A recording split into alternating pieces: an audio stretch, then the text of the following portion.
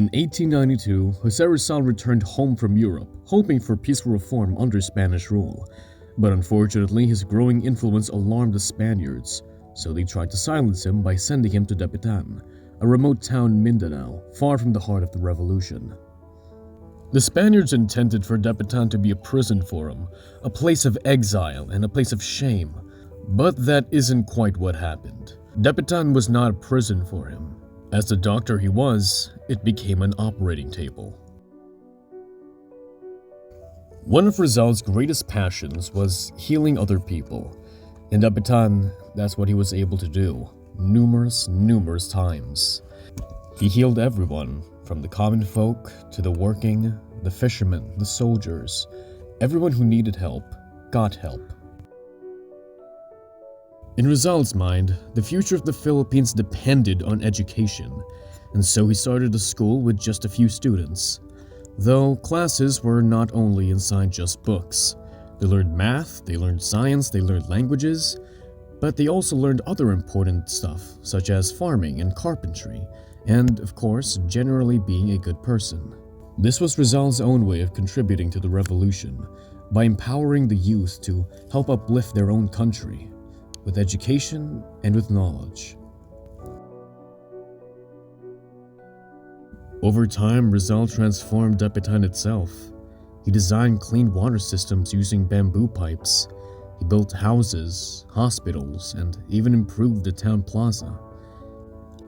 Rizal even went so far as to explore the nature of Dapitan and collected specimens, and then he sent those specimens back to Europe where scientists would study them. And to carry on his legacy, they named some of those specimens after him.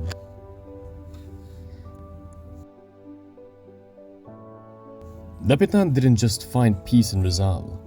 Rizal also found peace in Dapitan. It was here he found love. He found a woman by the name of Josephine Bracken. Josephine Leopoldine Bracken was an Irish-Filipino woman known as Rizal's common-law wife.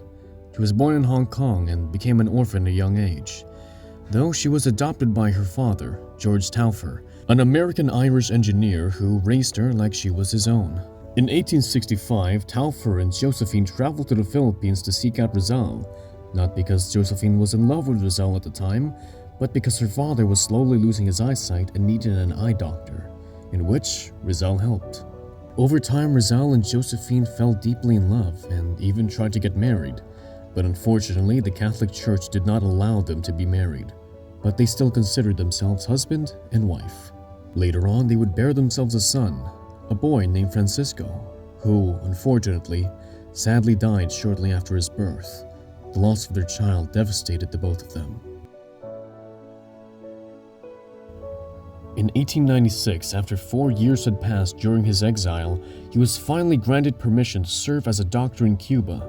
But unfortunately, before he could leave Dapitan, the revolution he tried to prevent finally came to fruition.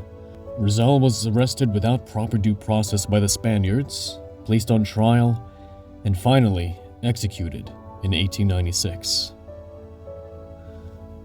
Though the memory of Dapitan remains, it reminds us that even without titles, weapons, or power, Rizal served his people with every single talent he had, as a doctor, as a poet, and most importantly, as a good man.